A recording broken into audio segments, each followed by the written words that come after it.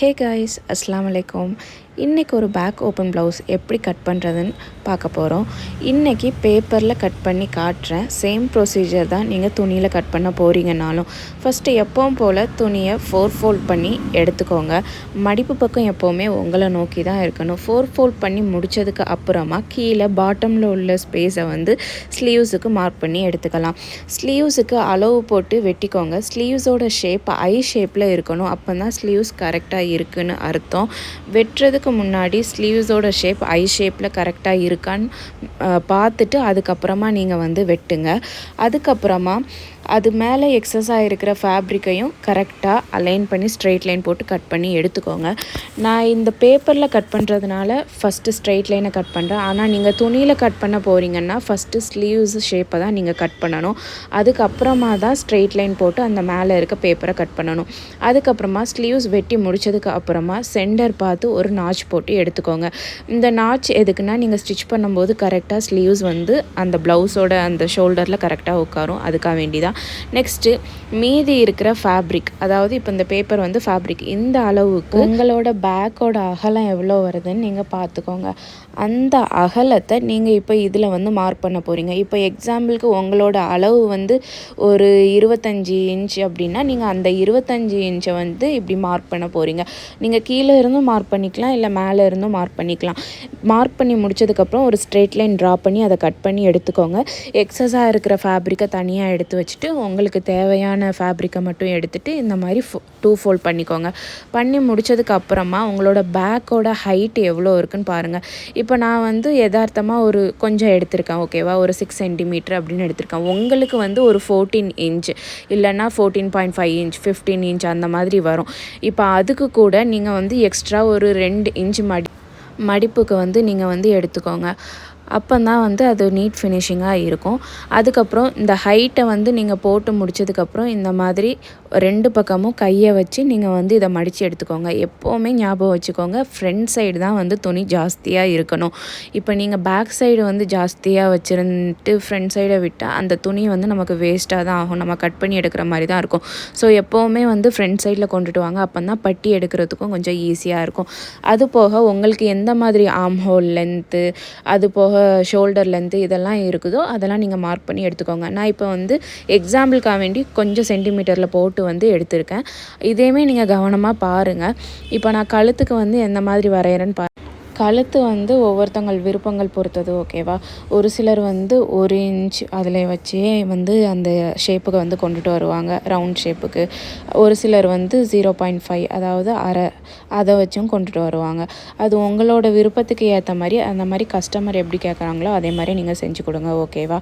இதெல்லாம் முடித்ததுக்கு அப்புறமா அடுத்து ஆர்ம் ஹோல் சைடுக்கு ஃபஸ்ட்டு இந்த மாதிரி டானா மாதிரி ஒன்று போட்டு எடுத்துக்கோங்க. உங்கள் அளவுக்கு போட்டு எடுத்ததுக்கப்புறமா நீங்கள் மேலே போட்டிருக்கீங்கல்ல ஒரு கோடு, அந்த கோடுக்கு ஹாஃப் மார்க் பண்ணிவிட்டு அதே ஹாஃப் மார்க்கிங் தான் இந்த சைடும் நீங்கள் பண்ணணும். அதாவது இந்த எல் ஷேப் ஃபுல்லாகவே நீங்கள் ஹாஃப் மார்க்கிங் பண்ணிவிட்டு அதுக்கப்புறமா அதை ஜாயின் பண்ணி விடுங்க. அது போக நீங்கள் ஃப்ரண்ட்டில் இப்போ கொஞ்சம் குளிச்சு வெட்டுறீங்க, இல்லைனா கொஞ்சம் குறைஞ்சி வெட்டுறீங்க அப்படின்னு சொன்னாலுமே அதையும் கொஞ்சம் ஒரு ரொம்பலாம் நீங்கள் விடணும்னு அவசியம் இல்லை. ஒரு 1/4 இன்ச்சு விட்டாலுமே போதும். அதுக்கப்புறமா ஸ்கேலை சென்டரில் வச்சுட்டு அங்கே இருந்து உங்களோட அப்பெக்ஸ் பாயிண்ட்டை இது பண்ணி எடுத்துக்கோங்க. அப்பெக்ஸ் பாயிண்ட் முடிஞ்சதுக்கு அப்புறமா நீங்கள் உங்களுக்கு எவ்வளோக்குள்ளே ஃப்ரண்ட்டில் ஊக்குப்பட்டி வைப்பீங்கள்ல, இப்போ நம்ம ஊக்குப்பட்டி பின்னாடி வைக்கிறதுனால ஃப்ரண்ட்டில் எவ்வளோக்குள்ளே உங்களுக்கு கவரேஜ் வேணும்னு பார்த்துட்டு அந்த ஹைட்டை இது பண்ணிவிட்டு அதை வெட்டி எடுத்துக்கோங்க, ஓகேவா. எப்போவுமே வெட்டும்போது கீழே இருக்க துணியை வெட்டிடாமல் கவனமாக இருங்க. அதை பார்த்துட்டு நீங்கள் அதுக்கப்புறமா சிசரை அதுக்குள்ளே வைங்க. நீங்கள் இந்த மாதிரி கட் பண்ணிங்க அப்படின்னு சொன்னோன்னா உங்களால் பட்டி வைக்க இதில் முடியாது. ஸோ நீங்கள் எப்போவுமே எப்படி கட் பண்ணணும் அப்படின்னு சொன்னோன்னா, அதாவது 2 இன்ச்சு நான் இப்போ இதில் விடாமல் நான் அதுக்கப்புறமா பேக் சைடுக்கு பட்டி சேர்த்து தைக்கிறேன் அப்படின்னு சொன்னோன்னா இந்த மெத்தட் ஓகேவாக இருக்கும். பட் இல்லை, நான் இதில் கீழே பேக் சைடுக்கு பட்டி வைக்க மாட்டேன், ஆனால் ஃப்ரண்ட் சைடுக்கு பட்டி வைக்கணும் அப்படிங்கும்போது ஒரு பக்கம் ஏற்றமாகவும் இன்னொரு பக்கம் இறக்கமாகவும் இருக்கும். அப்போ நீங்கள் என்ன பண்ணணும்னா இந்த மாதிரி ஃபேப்ரிக்கை ஃபஸ்ட்டே கொஞ்சம் ஷார்ட்டாக கட் பண்ணி எடுத்துக்கோங்க. எடுத்ததுக்கு அப்புறமா ப்ளவுஸை ஜாயின் பண்ணுற சைடு வந்து எப்போவுமே அதோட ஹைட்டு வந்து 1.5 இல்லைன்னா 1.25 அப்படி வைங்க அப்பெக்ஸ் பாயிண்ட் வரைக்கும். அதுக்கு மேலே கூட்டவோ இல்லை அதுக்கு கீழே குறைக்கவோ வந்து செய்யாதீங்க. அப்படின்னா வந்து அந்த கப் ஷேப் வந்து கரெக்டாக வராது. ஸோ எப்போவுமே நீங்கள் வந்து பண்ணுறீங்கன்னா அப்பெக்ஸ் பாயிண்ட்டை வந்து கரெக்டாக மார்க் பண்ணிவிட்டு அது கூட ஒரு 1/4 இன்ச்சு கூட்டிகிட்டு அப்பெக்ஸ் பாயிண்டில் இருந்து ஒரு லைனை ட்ரா பண்ணிக்கிட்டு அதே மாதிரி ஹூக் சைடும் ஒரு லைனை ட்ரா பண்ணிவிட்டு அதுக்கப்புறம் கட் பண்ணுங்கள். இப்போ காட்டுற மாதிரி தான் எப்போவுமே வந்து ப்ளவுஸ் இருக்கணும். அப்போ தான் வந்து பர்ஃபெக்டான ஒரு சிட்டிங் வந்து கிடைக்கும். அதுக்கப்புறமா ஷோல்டரை கட் பண்ணி எடுத்துக்கோங்க. பேக்கையும் ஃப்ரண்ட்டையும் செப்பரேட் பண்ணி எடுத்துக்கோங்க. இப்போ வந்து ஃப்ரண்ட் சைடு வந்து பார்க்க வந்து இப்படி தான் இருக்கும் உங்களுக்கு இந்த மாதிரி. இப்போ கரெக்டாக வந்து அந்த அப்பெக்ஸ் பாயிண்ட்டை வந்து ஃபோல்டு பண்ணிக்கிட்டு அதுக்கு மேலே வந்து ஒரு நாச் கொடுத்துக்கோங்க. இந்த நாச் வந்து எதுக்கு கொடுக்குறோன்னா இப்போ தான் வந்து பட்டி இது கூட ஜாயின் பண்ணும்போது வந்து இன்னுமே அந்த இடத்துக்கு வந்து ஒரு எலாஸ்டிசிட்டி கிடைக்கும். அப்போ தான் வந்து கரெக்டாக வந்து அந்த பட்டி வந்து அதில் உட்காரும். ஓகேவா? அந்த இடத்துல எந்த ஒரு சுருக்கமோ எதுவுமே வராது. அதுக்கப்புறமா வந்து பட்டி எதில் வந்து வெட்ட போகிறீங்களோ, அதாவது இப்போ ப்ளவுஸ் வந்து ஃப்ரண்ட் பார்ட் மேலே வெட்டி வச்சுட்டு கீழே எக்ஸஸான ஒரு ஃபேப்ரிக் இருந்ததில்ல, அந்த ஃபேப்ரிக்கை நீங்கள் எடுத்து வச்சுட்டு அதில் இந்த மாதிரி ப்ளவுஸை ப்ளேஸ் பண்ணிவிட்டு அதில் வந்து அந்த மார்க்கிங் பண்ணி எடுத்துக்கோங்க. நீங்கள் இந்த மாதிரி வந்து ஒரு பட்டி போட்டால் தான் அது வந்து கரெக்டாக இருக்கும். அதுக்கு மேலே நீங்கள் மார்க் பண்ணதுக்கு மேலே வந்து உங்களுக்கு வந்து தையலுக்கான அளவு வந்து எடுத்துக்கோங்க. எடுத்துக்கிட்டு உங்களோட பேக்ஸ் வெட்டி வச்சுருக்க அந்த ப்ளவுஸை எடுத்துக்கோங்க.